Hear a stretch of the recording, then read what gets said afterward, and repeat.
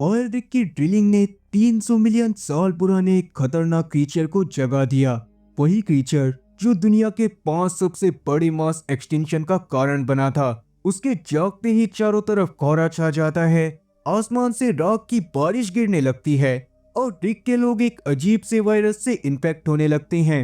वो वायरस उन्हें supernatural power तो देता है, पर मौत के और करीब भी ले जाता है। और सबसे बड़ी मुश्किल ये थी कि उनका पूरी दुनिया से हर कनेक्शन कट चुका था, और अगर वक्त रहते दुनिया भर के लोगों को वार्न नहीं किया जाता तो उस क्रीचर की वजह से आने वाली लहर पूरी ह्यूमन रेस को खत्म कर देती। तो कहानी की शुरुआत होती है समुंदर की गहराई से। समुंदर की गहराई की जमीन अचानक से फट रही थी, जिसके बारे में अभी किसी को कुछ भी नहीं पता था। उसके साथ ही कहानी वहां पर से एक क्रीक पर आती है, जहाँ के लोग समुंदर की जमीन से तेल निकालने का काम करते थे, और उस जगह के हेड का नाम था मैग्नस, जिसने विक्टर नाम के एक बंदे से उस जगह को लीज पर लिया हुआ था। और वहां पर मैग्नस के ही काफी सारे वर्कर काम करा करते थे। मैग्नस अभी रोज नाम की एक लड़की से बात कर रहा था, जो कि उस जगह की इंचार्ज थी। वहां पर काफी सारे वर्कर रहा करते थे और उन्हें 24 घंटे वहीं पर रहना पड़ता था। कभी कभार ही उन लोगों को मौका मिलता था कि वो अपने घर पर जाकर अपने परिवार से मिल सके। और आज ही एक हेलीकॉप्टर आने वाला होता है, जिसमें काफी सारे वर्कर अपने परिवार वालों के पास जाने वाले थे, और इसीलिए वहां पर खुशी का माहौल था। उन्हीं वर्कर के बीच में हम लोग बाज नाम के एक और वर्कर को देख पाते हैं, जो कि काफी समय से अपने घर पर जाना चाहता था। इसीलिए आज जैसे ही घर जाने वाले वर्करों की लिस्ट लगती है, वैसे ही बाज भागकर उस लिस्ट के पास जाता है। पर इस लिस्ट में बाज का नाम तो था ही नहीं, मतलब कि अब उसको वापस से काफी महीनों तक काम करना पड़ेगा, जिसके बाद ही वो अपने घर पर जा सकता है। तभी अचानक से मैग्नस वहां पर एक मीटिंग बुलाता है, और बाद में वो बहुत दुखी मन से बताता है कि जो हेलीकॉप्टर उन्हें लेने के लिए आने वाला था, उसे इमरजेंसी की वजह से एक दूसरे रिग पर जाना पड़ गया है। मतलब कि जो लोग भी अब तक घर जाने वाले थे, अब उनमें से कोई भी घर पर नहीं जाने वाला था, और उन्हें तब तक का वेट करना पड़ता जब तक कि इमरजेंसी को खत्म करने के बाद हेलीकॉप्टर उन तक नहीं आ जाता। वो लोग इस बारे में बात कर ही रहे थे कि तभी अचानक से रिग का पावर ऑन ऑफ होना चालू हो जाता है, और साथ ही उनके कम्युनिकेशन सिस्टम भी पूरी तरह से बंद पड़ गए थे। इवन रिग की ड्रिल मशीन का टेम्परेचर भी काफी ज्यादा बढ़ रहा था, और अगर जल्दी ही उसे कंट्रोल नहीं करा जाता तो ड्रिल मशीन के अंदर ब्लास्ट होने की वजह से वहां पर मौजूद रिग तो बर्बाद होता ही, पर साथ ही सारे के सारे लोग भी मारे जाते। इसीलिए सबकी जान बचाने के लिए मैग्नस तुरंत ही ड्रिल को बंद करवा देता है, और यहाँ पर अभी वो अपना या फिर किसी और का फायदा नहीं देख रहा था। पर शायद अगर उसकी जगह पर कोई और होता तो वो अपना फायदा देखते हुए किसी भी हालत में ड्रिल को बंद नहीं करता। ड्रिल को बंद करने की वजह से टेम्परेचर वापस से नॉर्मल हो गया था, जिस वजह से पावर कट की समस्या भी सॉल्व हो जाती है। पर उनकी एक समस्या सॉल्व हुई ही थी कि उनके सामने एक नई मुसीबत आकर खड़ी हो गई थी। उस वक्त समंदर के अंदर एक बहुत खतरनाक भूकंप आ गया था, जिस वजह से रिग बहुत बुरी तरह से हिलने लगता है। फिर मैग्नस जब हेलीपैड के पास जाकर सामने की तरफ देखता है तो उसकी तो आंखें एकदम चौंधिया जाती हैं। सामने से एक बहुत बड़ा कोहरे का तूफान आ रहा था, जिसने अगले ही पल रिग को पूरी तरह से कोहरे से ढक दिया था। अब तक उनका बाहर की दुनिया से कनेक्शन पूरी तरह से कट चुका था, और ऐसे समय पर उन्हें बाहर की दुनिया के लोगों की ही मदद चाहिए थी। इसीलिए बाज और साथ ही फुलमर नाम के एक आदमी को उस कम्युनिकेशन टावर के ऊपर चढ़ाया जाता है, ताकि ऊपर कोई गड़बड़ आई हो तो वो लोग वहां पर जाकर उसे सही कर सकें। अब कम्युनिकेशन टावर सच में काफी ज्यादा ऊपर था, और बाज जब उस पे चढ़ने की कोशिश कर रहा होता है तब एक सीगल आकर उससे टकरा जाता है, जिससे बाज का बैलेंस बिगड़ गया था और वो स्टेयर्स पर से गिरने वाला था। लेकिन जैसे तैसे वो खुद को संभाल लेता है और फुलमर के साथ ऊपर पहुंच जाता है। ऊपर जाने पर बाज काफी ज्यादा डरा हुआ होता है, और वो फुलमर का भी ध्यान भटका रहा था। पर तभी अचानक से वो लोग नोटिस करते हैं कि कम्युनिकेशन सिस्टम के एंटीना के ऊपर वही सीगल अटका हुआ था, जो कि थोड़ी देर पहले बाज से टकराया था। वो सीगल मर गया होता है, और जब बाज उसको हटाने की कोशिश करता है तो अगले ही पल हम लोग देख पाते हैं कि बाज सीधा 100 फुट नीचे ट्रेक के प्लेटफॉर्म पर गिरता है। पर किसी को भी ये बात समझ में नहीं आती कि बाज इतना ऊपर से नीचे आकर क्यों और कैसे गिरा। तब एक और क्रू मेंबर भागकर बाज के पास जाता है, जिसको देखकर पता चलता है कि असल में बाज का हार्नेस खुला हुआ था, इसीलिए वो इतनी ऊंचाई से नीचे गिर गया। पुलमर तब बॉस की हालत देखकर काफी ज्यादा परेशान हो जाता है, क्योंकि बॉस की हालत इतनी ऊंचाई से गिरने की वजह से काफी ज्यादा खराब हो गई थी। इवन मेडिकल टीम वाली लड़की ने तो ये तक कह दिया था कि अगर बॉस को जल्दी ही हॉस्पिटल नहीं पहुंचाया गया तो उसकी मौत भी हो सकती है। पर यहाँ पर सबसे बड़ी समस्या घर जाना ही थी, क्योंकि ना तो इस टाइम पर हेलीकॉप्टर अवेलेबल थे और ना ही उनका कम्युनिकेशन सिस्टम चल रहा था। अब क्योंकि उनके पास कोई और रास्ता नहीं होता और बॉस की हालत भी धीरे धीरे बिगड़ती जा रही थी, इसीलिए मेडिकल क्रू मेंबर तुरंत ही उसे उठाकर इंफर्मरी में लेके चले जाती हैं, जहां पर ही कैट उसका इलाज करने की कोशिश करने लगती है। फुलमो तब काफी ज्यादा परेशान होने लगता है, क्योंकि शायद अगर वो बास को पीछे रहने को नहीं बोलता तो शायद बास की अभी ये हालत नहीं होती। उस समय पर रोज आकर उसे कंसोल करती है। साथ ही तब हम लोग ये बात भी जान पाते हैं कि पुलमोर और रोज एक दूसरे के साथ रिलेशनशिप में हैं। खैर, अब जैसे ही हैटन नाम के एक बंदे की नजर बास के ऊपर पड़ती है तो वो कैट के ऊपर काफी ज्यादा गुस्सा करने लगता है। वो बस चाहता था कि कैट किसी भी हालत में बास को बचा ले, क्योंकि हैटन और बास की काफी ज्यादा बनती थी। पर हैटन को ये बात भी पता थी कि गुस्सा करने से कोई भी फायदा नहीं होगा, इसीलिए वो बाहर जाकर खुद में ही फ्रस्ट्रेट होना चालू हो गया था। रोज को तब एक शॉकिंग बात और पता चलती है। सिर्फ इन लोगों के रिक के साथ ही ऐसा नहीं हो रहा था, बल्कि समुद्र के अंदर जितने भी रिक मौजूद थे वो भी सेम समस्याओं का सामना कर रहे थे और मैक्सिमम सब लोगों ने अपने रिक को बंद कर दिया था। वहीं बास को काफी सारे इंटरनल वुंड्स हुए थे, पर उसके बावजूद भी वो जैसे तैसे अपनी आंख को खोलता है और आंखों को खोलते साथ ही उसे बहुत ही अजीब सा विजन आता है। उसमें वो समंदर की जमीन को पड़ते हुए देख रहा था। वो काफी ज्यादा डरा हुआ था, पर अभी वो एक बार फिर से बेहोश हो जाता है और शायद उसका डर कहीं ना कहीं इस बात का भी संकेत है कि बास के साथ ऊपर कम्युनिकेशन टावर पर कुछ ना कुछ तो हुआ था, जो कि वो लोगों को बताना चाहता है, पर अभी वो सही से बोल नहीं पा रहा। हैटन इस बार मैग्नस के पास ही पहुंच जाता है और उससे जानने की कोशिश करने लगता है कि वो कितनी देर में यहाँ पर हेलीकॉप्टर को बुलाने वाला है। मैग्नस खुद भी यही कोशिश कर रहा था कि वो जल्दी से जल्दी यहाँ पर हेलीकॉप्टर को बुलाकर अपने सभी वर्कर को यहाँ से सेफली निकाल ले। पर अभी जैसे ही वो अपने कैबिन से बाहर जाता है, वैसे ही हैटन को वहाँ पर एक कॉन्फिडेंशियल फाइल मिलती है, जिसकी इंफॉर्मेशन के बारे में अब तक किसी भी क्रू मेंबर को बताया नहीं गया था। इसीलिए हैटन तुरंत ही सभी वर्कर को छत पर इकट्ठा कर लेता है और फिर जैसे ही वहां पर मैग्नस पहुंचता है, वैसे ही हैटन उसे फाइल दिखाते हुए उस फाइल की इंफॉर्मेशन को सबसे शेयर करने को बोलता है। तब जाकर फाइनली सारे क्रू वर्कर जान पाते हैं कि जिस बंदे की ये मेन कंपनी है उसने सारे रिग को बंद करने का फैसला करा है, जिससे यहाँ पर मौजूद सारे वर्कर अनएम्प्लॉयड होने वाले थे। ये बात जानने के बाद तो सारे वर्कर काफी ज्यादा परेशान हो जाते हैं, पर मैग्नस अभी किसी तरह से उन लोगों को सांत्वना देते हुए शांत करवा देता है। तभी अचानक से आसमान से उन लोगों के ऊपर राख गिरने लगती है, जिसको देखकर सब लोग काफी ज्यादा शॉक थे। और सबसे ज्यादा शौक तो वो इस बात से थे क्योंकि बाज इतनी ज्यादा खराब हालत होने के बावजूद भी ऊपर आ गया था और अभी वो सबको किसी बहुत खतरनाक चीज के लिए चेतावनी दे रहा था।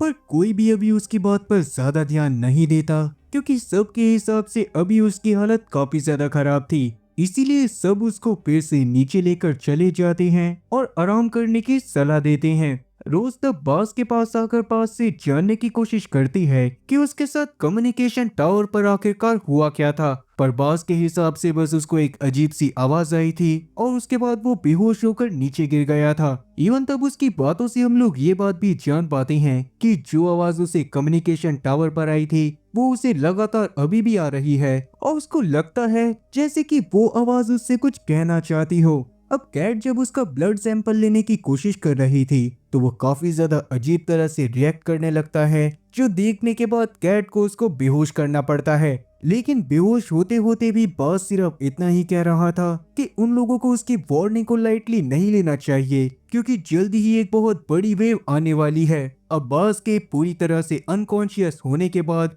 कैट रोज को एक बहुत ज्यादा शॉकिंग चीज बताती है। असल में बास के घाव काफी जल्दी हील हो रहे थे और ये बात सच में काफी ज्यादा वियर्ड थी। फिर कैट और रोज जब वहाँ से चले जाते हैं तो अचानक से बास अपनी आंखों को खोल लेता है। वो सिर्फ अनकॉन्शियस होने का नाटक कर रहा था, और तभी वो उठकर अपने घाव को देखता है। उसके घाव के अंदर कुछ अजीब से चमकने वाले स्पोर्स थे जो कि अंदर से ही उसके घाव को सही करके बंद कर रहे थे। दूसरी तरफ रेक रूम में विंडो के बाहर अचानक से क्रू को कुछ लाइट्स दिखाई देती हैं जो कि एक तरह का वेसल लग रहा था और वो मॉर्स मेथड से उनसे बात करने की कोशिश कर रहा होता है। लेक नाम का एक बंदा तब बाहर जाकर उनके सिग्नल को समझने की कोशिश करता है और उससे पता चलता है कि वो वेसल उनसे मदद मांगने की कोशिश कर रहा है। ये बात जानकर मैग्नस तुरंत ही फुलमर से बैकलाइट को ऑन करने को बोलता है ताकि उस वेसल को इतने कोहरे में आगे जाने का सही रास्ता दिख सके। इसके बाद मैग्नस सीधा वहां के बावर्ची मार्च के पास चला जाता है ताकि उसे पता हो कि उनके पास कितनी मात्रा में राशन बचा हुआ है। वहीं दूसरी तरफ हैटन अपने कमरे में बहुत जोर से चिल्ला रहा था क्योंकि उसके अजीब बिहेवियर की वजह से अब तक उसको रूम में लॉक कर दिया गया था और इवन ईस्टर नाम के गार्ड को उसके ऊपर नजर रखने को भी कहा था। वहीं इन्फर्मरी में जैसे ही बास को होश आता है तो वो देखता है कि उसकी मोस्टली इंजरीज पूरी तरह से सही हो गई थी। इसके बाद जब वो मिरर में अपनी रिफ्लेक्शन को देख रहा होता है तभी अचानक से उसे रिक के बर्बाद होने का एक विजन आता है जिसको देखकर वो डरते हुए तुरंत ही अपने रूम में चला जाता है। उसको अपनी बॉडी में काफी ज्यादा पेन हो रहा था इसीलिए वो पेन के मारे चिल्ला रहा होता है और फिर जैसे ही वो अपने मुंह के पास अपना हाथ रखता है वैसे ही उसके मुंह के अंदर से उसका सोने का दांत निकलकर बाहर आ जाता है। वहीं दूसरी तरफ हम लोग रोज को देखते हैं जिसने एक कंटेनर के अंदर आसमान से गिरने वाली राख को इकट्ठा करा हुआ था। वो उस राख के ऊपर कुछ रिसर्च करने वाली थी।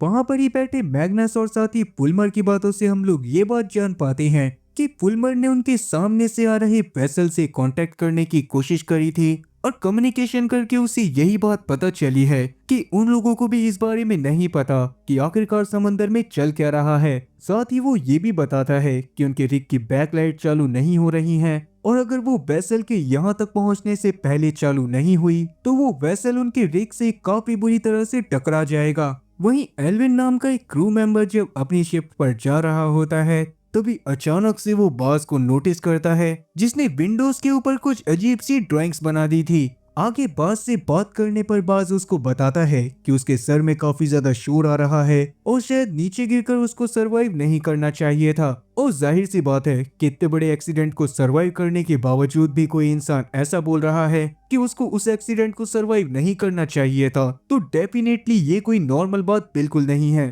तभी वहां की लाइट्स अचानक से फ्लिकर करने लगती हैं और बास को एक बार फिर से बियर्ड से विजन्स आते हैं जिनको देखकर वो इतना ज्यादा पैनिक कर रहा था कि वो तुरंत ही वहां से भाग खड़ा होता है। दूसरी तरफ ब्लैक अभी इन्फर्मरी में से रबिंग अल्कोहल को चुरा लेता है ताकि उसको पीकर वो नशे कर सके। नशे करने के बाद वो शावर लेने के लिए चला जाता है लेकिन शावर लेते हुए ही वो अपनी बॉडी में एक बहुत वियर्ड चीज को नोटिस करता है। उसका परमानेंट टैटू शावर के पानी से उसकी बॉडी से पूरी तरह से हट रहा था जिसको देखने के बाद तो उसके पूरी तरह से होश उड़ चुके थे। लेग की बॉडी में भी काफी ज्यादा दर्द होने लगता है और उसको खून की वॉमिटिंग होती है और थोड़ी देर बाद जब उसके रूम में हेथर नाम की एक औरत आती है तो तब तक तो लेग की पूरी तरह से मौत हो चुकी थी। कैट जब लेग की बॉडी को देखती है तो उसके तो पल्ले ही नहीं पड़ता कि आखिरकार लेग की मौत कैसे हुई। पर वहां पर डनलिन जब उसको बास का टूटा हुआ सोने का दांत दिखाता है तो कहीं ना कहीं रोज को ये बात समझ आ जाती है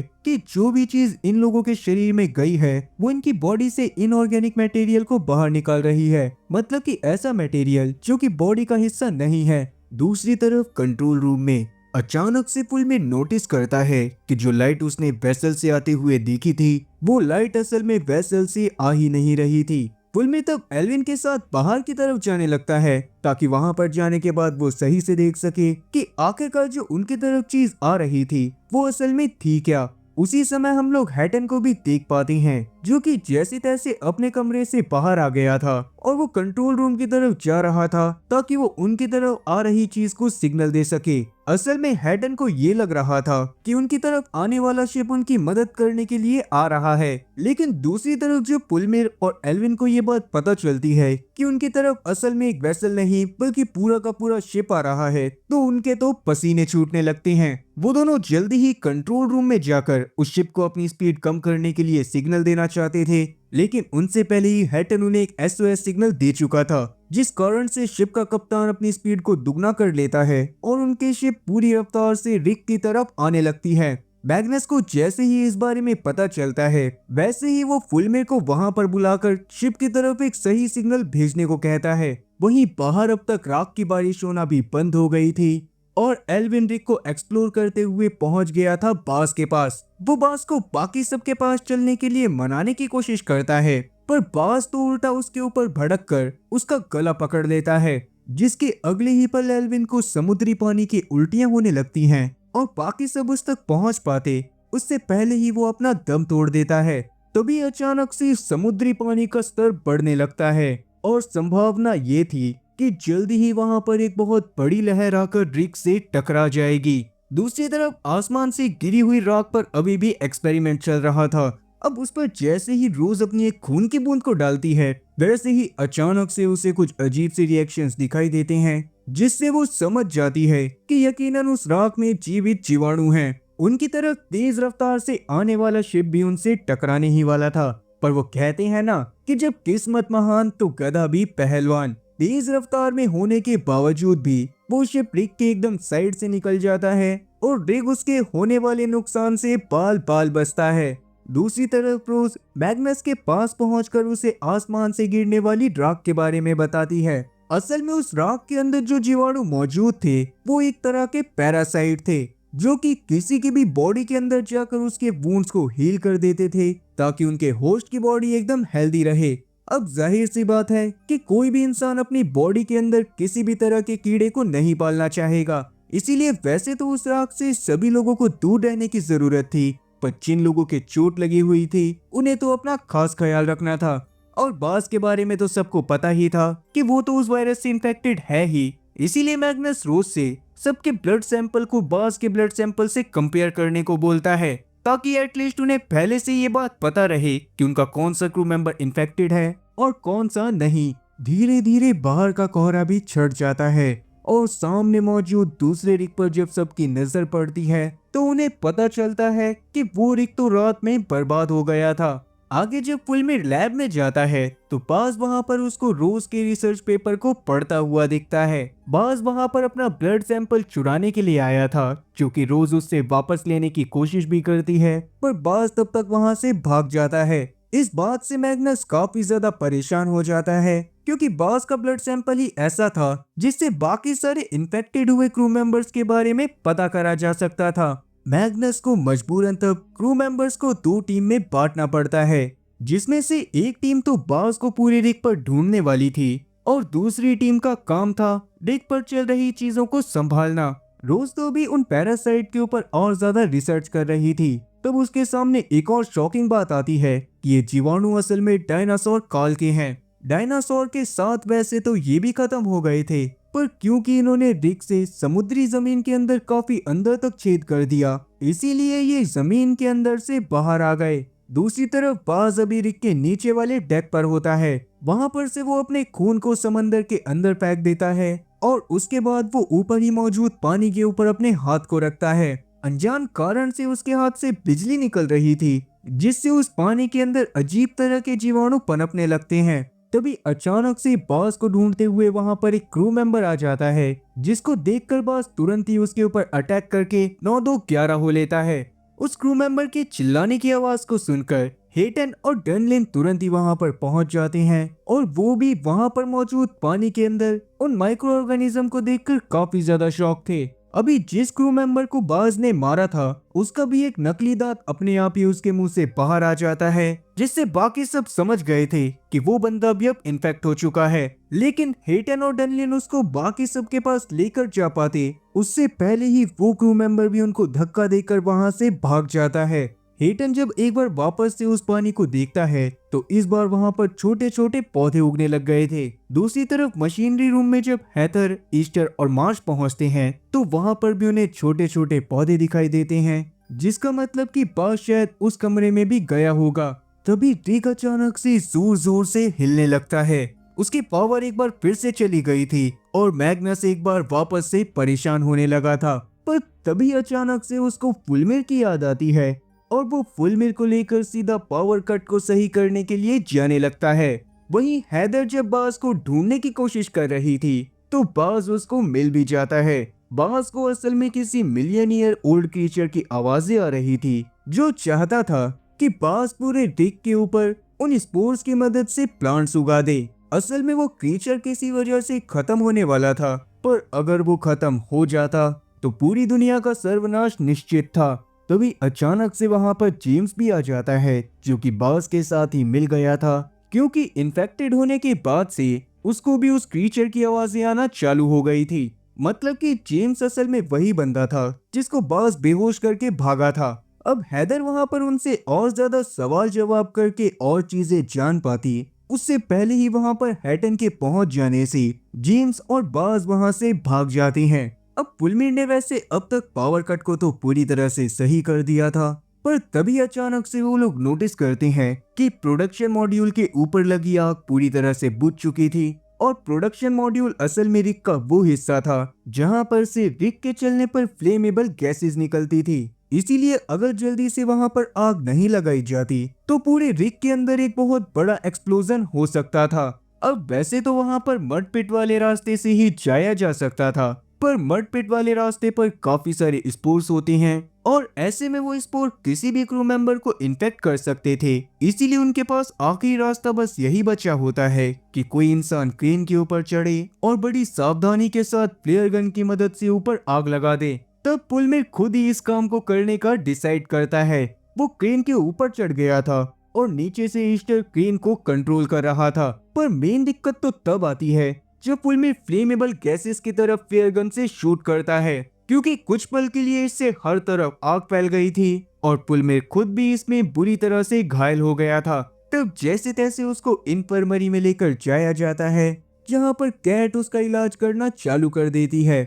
वहीं मड पिट में अचानक से बास को बहुत ज्यादा खतरनाक विजन्स आने लग गए थे। उससे उसे ये बात पता चलती है कि अगर उसको उस क्रीचर की जान बचानी है तो उसे किसी भी तरह से रिक को बंद करना पड़ेगा। इसके लिए जेम्स वहां के वाल्व्स को बंद करने की कोशिश करता है, पर वो इसमें सफल नहीं हो पाता। इसके लिए उन्हें किसी भी हालत में कंट्रोल रूम में पहुंचकर वहां पर से रिक के सिस्टम को शट डाउन करना पड़ता। आगे हम लोग रोज को देखते हैं जो कि पुलमिर से जाकर बात करती है, और यहाँ पर सबसे अजीब बात ये थी कि पुलमिर की बॉडी इतने कम समय में भी अपने ज्यादातर घाव को हील कर चुकी थी। तो वो जल्दी से अपने कपड़ों को पहनता है और रोज के साथ हैदर के पास चला जाता है जहाँ पर वो तीनों ही मिलकर अभी भी उस राख के ऊपर ही एक्सपेरिमेंट कर रहे थे ताकि स्पोर्स के बारे में और ज्यादा चीजें पता लगाई जा सके। पर तभी अनजाने में पुलमिर भी वहाँ पर उसी तरह के अजीब सर्कल को ड्रॉ करने लगता है जैसा कि बॉस खिड़की पर कर रहा था। और इस बात से आप लोग भी कहीं ना कहीं तो समझ ही गए होंगे कि पुलमिर खुद भी उस वायरस से इन्फेक्ट हो चुका है, लेकिन इस बारे में अभी किसी को कुछ भी नहीं पता था। अगले पल अचानक से मैग्नस उन तीनों को अपने पास कंट्रोल रूम में बुलाता है जहां पर हम लोग मैग्नस की बातों से जान पाते हैं कि रिक के काफी सारे पाइप्स के ऊपर बहुत ज्यादा प्रेशर पड़ रहा था, जिसका रीजन जेम्स और बास थे, क्योंकि वो मैन्युअली रिक के सिक्योरिटी सिस्टम को बाईपास करने की कोशिश कर रहे थे। और ज्यादा देर तक पाइप्स के ऊपर प्रेशर यूं ही बनता रहता तो जल्दी ही वहां पर एक बहुत बड़ा ब्लास्ट हो जाता। अब इस प्रॉब्लम को टैकल करने के लिए समुद्र के अंदर वो लोग एक रोबोट को भेजते हैं जो कि नीचे मौजूद वाल्व्स को बंद करने वाला था, जिससे रिक पूरी तरह से स्टेबलाइज हो जाता और चीजें पहले की तरह वर्क करने लगती। रोबोट जब समंदर के अंदर जाता है तो उसमें लगे कैमरा की मदद से मैग्नस और बाकी सबको समुद्र के सरफेस पर वैसे ही सर्कल्स दिखाई देते हैं जैसे अभी थोड़ी देर पहले फुल में ड्रॉ कर रहा था। और उससे पहले बास वाल को सही कर देने से रिग एक बार वापस से स्टेबलाइज हो गया था, जिससे बास का तो पूरा प्लान बर्बाद हो जाता है। पर अभी तक किसी को ये बात समझ में नहीं आ रही थी कि आखिरकार समुद्र के नीचे बनने वाली वो गोल गोल आकृति है क्या। बास को इस बार अगर अपने प्लान को कामयाब करना था तो उसे सीपीयू सिस्टम की जरूरत थी, लेकिन सीपीयू के सिस्टम को पुलमिर की इजाजत के बिना कोई भी एक्सेस नहीं कर सकता था। दूसरी तरफ क्रू मेंबर ईस्टर के फोन पर अचानक से मैसेज आने से बाकी सबको भी ये बात पता चल जाती है कि उनका कम्युनिकेशन सिस्टम फिर से एक बार काम करने लग गया है। सब एक बार फिर से अपने घर परिवार वालों को कॉल मैसेज करने लगते हैं और मैग्नस भी तुरंत ही इस कोशिश में लग जाता है कि जल्दी से जल्दी वो वहां पर मदद बुला सके। रोज उस समय पर इस बारे में जानने की कोशिश कर रही थी कि आखिरकार उन सर्कल का राज क्या है और उसके पीछे कौन सा हिडन मीनिंग छुपा हुआ है। ऑनलाइन नेटवर्क के वापस आने पर उन्हें ये बात भी पता चली थी कि आसपास के ज्यादातर रिग ब्लास्ट हो चुके हैं और किसी को भी उनके रीजन के बारे में कुछ भी नहीं पता। लेकिन अभी जब उसको ज्यादा खास चीजें पता नहीं चलती तो वो कंपनी के मेन डेटाबेस को एक्सेस करने की कोशिश करने लगती है। कंपनी की मेन डेटाबेस में सायरन नाम के एक प्रोजेक्ट की फाइल थी जिसको रोज एक्सेस नहीं कर पा रही थी और हो सकता था कि उसी प्रोजेक्ट के पीछे कोई ऐसा राज छुपा हो जिस वजह से ही ये सारे कांड हो रहे थे। दूसरी तरफ कैट भी अभी अपनी बहन से वीडियो कॉल पर बात कर रही थी। उस दौरान उसे ये बात पता चलती है कि जल्दी ही शहर में वैसा ही फॉग वाला तूफान आने वाला है जैसे तूफान का सामना पिछली रात उनके रिग ने करा था। और जैसे ही वो फॉग का तूफान अब शहर से टकराता है वैसे ही शहर के भी सब लोगों के सिग्नल चले जाते हैं और जो क्रू मेंबर अपने फैमिली मेंबर से बात कर रहे थे उनके फैमिली मेंबर का फोन डिस्कनेक्ट हो गया था। वहीं मैग्नस जो कि अपनी कंपनी के सिक्योरिटी गार्ड्स को मैसेज भेजने की कोशिश कर रहा था उसका मैसेज भी नेटवर्क सिस्टम खराब होने के कारण डिलीवर नहीं हो पाता। दूसरी तरफ बास को भी अब तक फुलमिर के इन्फेक्टेड होने के बारे में पता चल गया था, इसीलिए वो अपनी स्पोर पावर की मदद से फुलमिर से कांटेक्ट करने की कोशिश करता है। जिस दौरान फुलमिर को बास की आवाजें उसके माइंड में सुनाई दे रही थी। शुरू में तो उसको ये उसका वहम लगता है इसीलिए वो बाथरूम में चला गया था, पर वहां पर अब उसको बास के विजन्स तक आने लगते हैं। मतलब कि उन स्पोर्ट्स से सिर्फ तुम्हारे घाव हील नहीं होते थे, वो तुम्हें कुछ सुपर पावर्स भी दिया करती थी, जैसे कि बास के पास अब टेलीपैथी की पावर आ गई थी। तब तक रोज भी फुलमिर के हालचाल लेने के लिए उसके पास आ गई थी।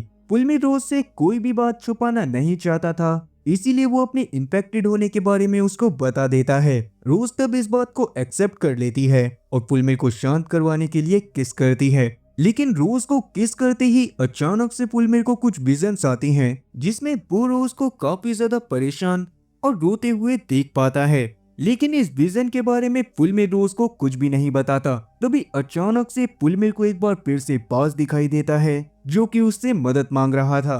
और क्योंकि अब आने वाली तबाही का अंदेशा फुलमिर को भी लग चुका होता है इसीलिए वो रोज के लिए एक नोट छोड़कर बास की मदद करने के लिए मड पिट में चला जाता है।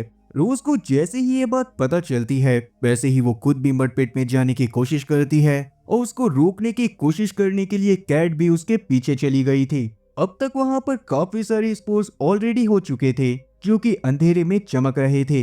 वो कैट और रोज को आता देख उनकी तरफ बढ़ने लगते हैं, लेकिन अचानक से वो कैट की बैली के पास आकर रुक गए थे। कैट असल में प्रेग्नेंट थी जिसके बारे में उन स्पोर्ट्स को पता चल गया था और इसीलिए ही उन्होंने कैट को इन्फेक्ट नहीं करा था। कैट भी तब रोज के साथ सेफली बाहर निकल जाती है और बाहर जाने पर उन्हें पता चलता है कि सारे क्रू मेंबर काफी ज्यादा एक्साइटेड होकर रिग के बाहर देख रहे थे। अब थोड़ी ही देर में उनके रिग के पास एक बोट आ जाती है जिसमें कुक और हरीश नाम के दो आदमी थे। हरीश की बॉडी पर कुछ चोट के निशान थे, इसीलिए क्रू मेंबर उसे तुरंत ही इन्फर्मरी में लेकर चले जाते हैं। और अगर बात करें उनके बिहेवियर की तो हरीश और कोक के बिहेवियर में जमीन आसमान का फर्क था। कोक जहाँ काफी ज्यादा बॉसी नेचर का था वहीं हरीश काफी ज्यादा शांत व्यक्ति था। कोक तब सबको यही बताता है कि वो भी पास वाले रिग में ही काम करा करते थे और रिग के पाइप पे प्रेशर काफी ज्यादा बढ़ जाने से उनका रिग एक ब्लास्ट में तबाह हो गया। लेकिन हरीश जो इन्फर्मरी में होता है वो तो सबको कुछ और ही कहानी बताता है। असल में कोक उनकी कंपनी में नया बंदा आया था और उसने आते ही काफी सारे लोगों को फायर करके घर पर भेज दिया था। जो लोग बच गए थे उनके साथ कोक ने रिग में कुछ नए इक्विपमेंट को लगाया और बाद में कोक के ही कहने पर वो लोग रिग से ऑयल निकालने के काम को बंद करके समंदर की जमीन के अंदर कुछ अजीब से केमिकल्स भेज रहे थे। जिसके बाद ही अचानक से एक दिन रिग को चारों तरफ से कोहरे ने घेर लिया और वहां के लोग काफी ज्यादा डरने लगे। पर कोक को तो इससे कोई भी फर्क नहीं पड़ रहा था, जैसे कि वो इस सब के रीजन के बारे में पहले से जानता हो और साथ ही पहले भी उसके साथ ऐसा कुछ हो चुका हो। रिग के ऊपर पाइप के प्रेशर की लगातार वार्निंग पे वार्निंग आ रही थी, पर उसके बावजूद भी कोक ने रिग को बंद नहीं करा। वो लगातार केमिकल्स को जमीन के अंदर भेज रहा था जिससे एक्सेसिव प्रेशर पड़ने की वजह से उनका पूरा रिग बर्बाद हो गया। रिग के बर्बाद होने से पहले ही कोक वहां पर से एक बोट लेकर निकल चुका था। सारे लोग तो ऑलरेडी मारे जा चुके थे, पर जैसे तैसे हरीश ने कोशिश करी और वो कोक की बोट तक पहुंच गया। कोक अभी इस रिग के साथ भी ऐसा ही करना चाहता था, असल में उसका मेन प्लान ये था कि वो नीचे मौजूद मिस्टीरियस क्रीचर को जान से मार दे और स्पोर्स को पूरी तरह से खत्म कर दे। हैदर जब सर्वाइवर लिस्ट में कोक का नाम चेक करती है तो उसमें उसको कोक का नाम मिलता ही नहीं है। तब जाकर हरीश ये बात भी रिवील करता है कि असल में जब कोक पहले पीसी पर काम करा करता था तो वो किसी टेम्पररी आईडी का इस्तेमाल करता था। इवन कोक के पास ये भी पावर थी कि वो कंपनी के किसी भी कॉन्फिडेंशियल डेटा को चेक कर सके। वो उसी टेम्पररी आईडी का इस्तेमाल करके हर रोज अपने काम के बारे में कंपनी वालों को अपडेट करता था और इसका मतलब साफ था कि कंपनी वालों ने ही उसको कोई सीक्रेट काम करने के लिए भेजा हुआ है। कोक के टेम्पररी आईडी वाले नाम को डेटाबेस में डालने पर हैदर को उसमें काफी सारे ईमेल्स मिलती हैं जिसमें उन जीवाणुओं से रिलेटेड ही बातें चल रही थी। मतलब कि कोक पहले से ही उस डायनासोर काल के जीवाणु के बारे में बहुत कुछ जानता था और कंपनी ने उसको समंदर के अंदर मौजूद उस रहस्यमयी क्रीचर को खत्म करने को भेजा था। वहीं रोज और कैट एक बार वापस से जब सब कुछ एनालाइज करती हैं तो उन्हें पता चलता है कि समंदर के अंदर जो क्रीचर मौजूद है वो भी उन्हीं मिस्टीरियस सर्कल की तरह दिखता है जैसे कि बाज और फुलमीर ने ड्रॉ करे थे। उस क्रीचर के अंदर लगभग 5 सर्कल थे जिसमें से एक सर्कल अधूरा था और वो धीरे धीरे पूरा हो रहा था। फिर थोड़ी सी और रिसर्च करने के बाद उन्हें पता चलता है कि वो 5 सर्कल असल में 5 पास्ट मास एक्सटेंशन को रिप्रेजेंट कर रहे थे और अगर 5th सर्कल के कंप्लीट होने से पहले सब कुछ नहीं रोका जाता तो 5th सर्कल के कंप्लीट होते ही सारे ह्यूमंस मारे जाएंगे।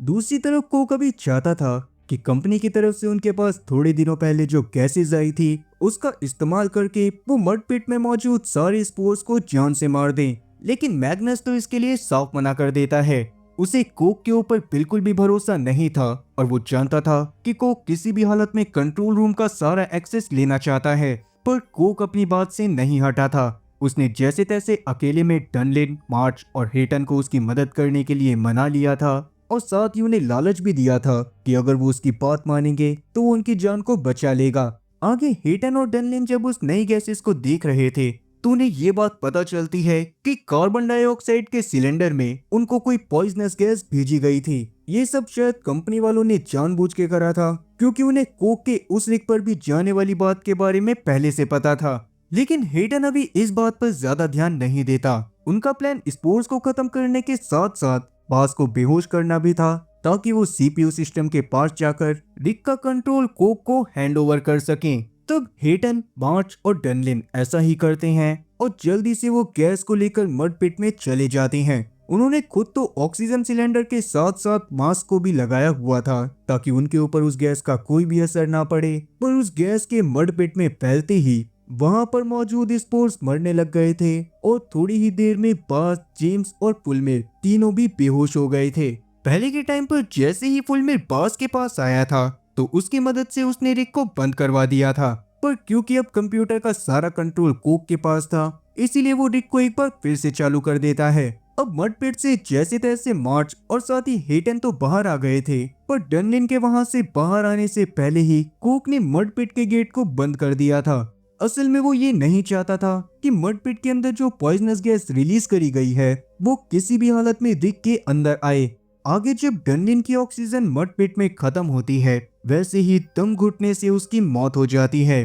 थोड़ी देर बाद जब रोज को कोक की हरकत के बारे में पता चलता है तो वो गुस्से में पहले तो कोक के ऊपर काफी ज्यादा चिल्लाती है और बाद में तुरंत ही ऑक्सीजन सिलेंडर को लेकर फुलमेर की जान बचाने के लिए मडपिट में चली जाती है। आश्चर्य की बात ये थी कि फुलमेर, जेम्स और बास तीनों ही अभी तक जिंदा थे और फिर जैसे ही फुलमेर उठता है वैसे ही वो उस जगह के वेंटिलेशन सिस्टम को चालू कर देता है, जिसके थोड़ी देर बाद ही बास और जेम्स भी उठ गए थे और साथ ही वहाँ के स्पोर्स भी रिवाइव करने लगे थे।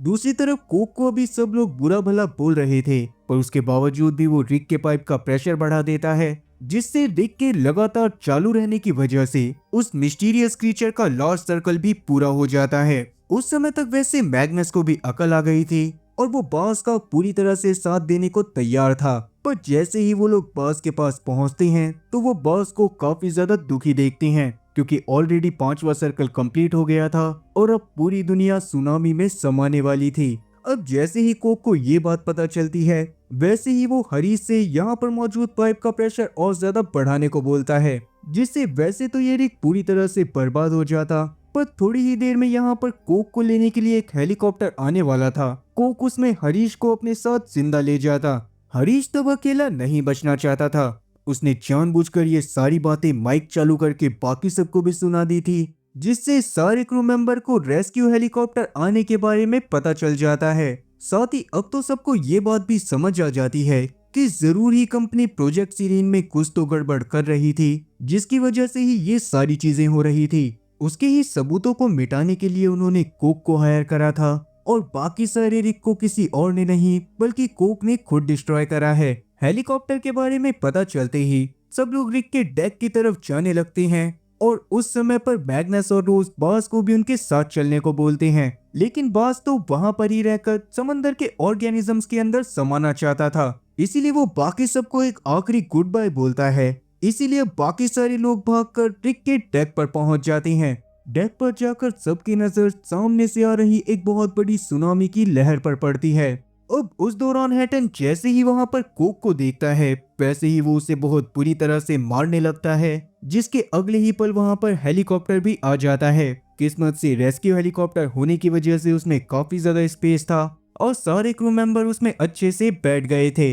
अब सुनामी के रिग से टकराने से पहले ही वो हेलीकॉप्टर सब क्रू मेंबर को लेकर अपने साथ हवा में उड़ जाता है, पर किसी को भी अभी समझ नहीं आ रहा था कि आखिरकार ये हेलीकॉप्टर उनको कहां पर लेकर जाएगा, क्योंकि शहर तो सुनामी की वजह से ऑलरेडी बर्बाद हो चुके होंगे और समंदर में मौजूद ज्यादातर रिक्कोतों को पहले ही ब्लास्ट कर चुका है। खैर आगे हम लोग रिग में बास को देखते हैं, जो कि सुनामी के टकराते टाइम आराम से चलते हुए उन ग्रोइंग स्पोर्स के अंदर चला जाता है। उसको देखकर ऐसा लग रहा था जैसे कि वो स्पोर्स उसे किसी और ही दुनिया में लेकर जाना चाहते हों।